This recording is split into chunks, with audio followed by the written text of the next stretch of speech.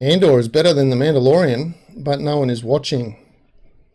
Well, in my worldview of markets, I would say if something was better than something else, then that something else should be gone by the wayside.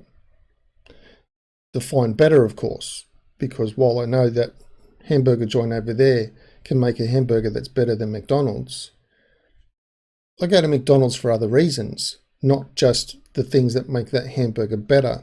And if they can't compete on those other reasons, well, then they lose out. Such as, where are they in the world? How fast can they get a burger? How convenient it is to go to them, and so on and so forth. So there's a whole range of reasons why I might go to McDonald's instead of that hamburger joint. But in the case of a TV show, I tend to think if something was so fantastic, what happens is people watch it and then they go, man, this is good. And they'll ring up their friends, go, man, you got to watch this show. You got to watch it. Switch it on to Disney Plus or whatever you're watching now. You got to watch this show. This is just fantastic. Best show on TV. Word of mouth should make it spread. So the fact that this article is hinting that it's not might sort of indicate the market doesn't think it's better. Read the first couple and then I'll show you my analytics, what I've come up with. Andor just aired its 7th episode yesterday out of 12 total, which are arriving in 3-episode mini arcs as part of a larger whole for its first season. By this point, I'm willing to declare that this may be the best thing that the Disney era of Star Wars has produced, other than maybe the movie that inspired it, Rogue One. Now, my opinion is Rogue One and Mando are the best things that Disney Star Wars have produced. Unfortunately, no one is watching. Well, not no one, but data indicates that significantly less people are watching Andor than all of Disney Plus's other Star Wars offerings.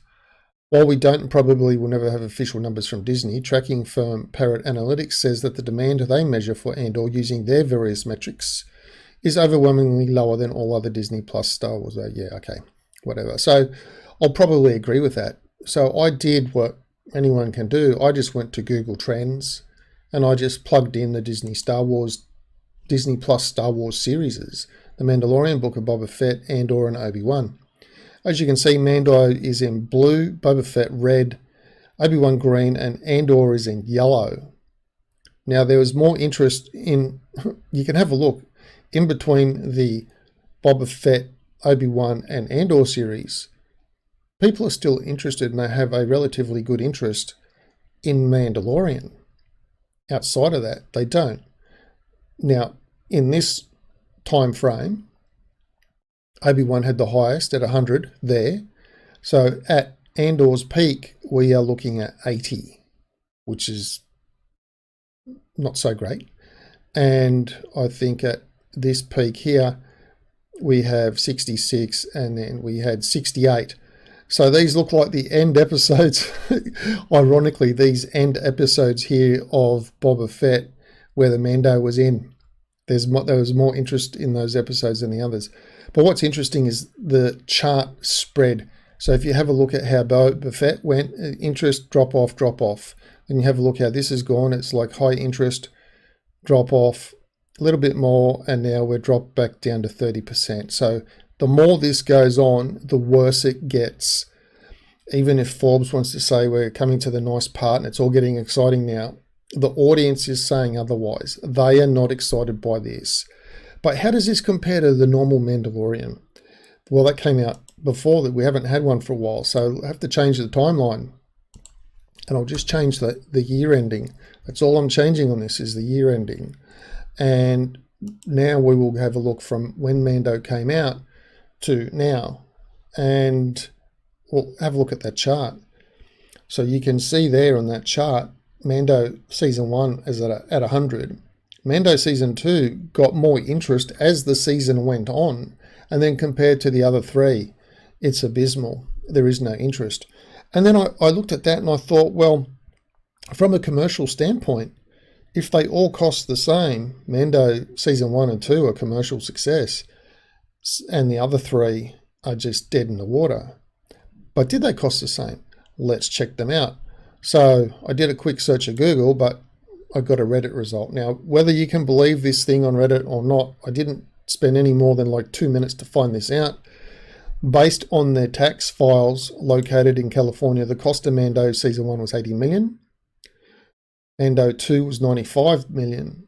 Kenobi $90 million. Andor $135 million. So $40 million more for Andor than season 2 Mando. And the budget might be due to a longer run time, apparently. But this is the reality of what the fans want to see. The fans have spoken. They don't want to see Boba Fett. They were interested in Boba Fett when Mando was in it, so you could see that little spike that popped up. And Andor, as it goes on, is just dropping like flies. It's just no one is interested in Andor. They're done. Now, they're committed to 2 seasons, so they have to be due to scheduling and everything. So when they do commit to season 1, they have to automatically commit to season 2, start filming and everything before they know if season 1's even going to be a success. So unfortunately, we will get season 2, but I don't think we'll get a season 3. They'd originally scheduled it for 5, dropped it to 3, but I don't think we're going to get a season 3. And part of the reason, I think there's multiple things going on. Disregarding the boring nature of the 3 episodes that I saw, that just turned me off and just not really having much of an interest in the show. To begin with, no one really cared about Andor when it was released. The big question was, why are you even releasing this? No one cares. No one cared about that character. He wasn't even a likable character. He wasn't funny. The robot was funny. The robot was likable, but no one gave a shit about Andor. He died on the beach, so we know how he dies. We don't really know where he came from, and we don't really care where he came from. So he did some bad things. Well, whoopee-doo. We don't care. Nothing likable about him. So disinterested in the character straight away. But then when you have things like the actor that plays Mando's adopted mother coming out and saying it's a great example of the Trumpian world we live in, and the actor with freedoms being taken away and everything like that. And I'm thinking, hang on a second. All totalitarian regimes take freedoms away. They all do. If it was Stalin, why weren't you saying it's a great example of the Stalin world from World War II? Why weren't you saying that? Why weren't you saying it's a great example of the oppression of Pol Pot or any dictator in history? Why weren't you saying that? Why did you have to relate it to Trump? Are you that deranged as an actor that everything has to be about Trump? I don't know. I'm asking the question.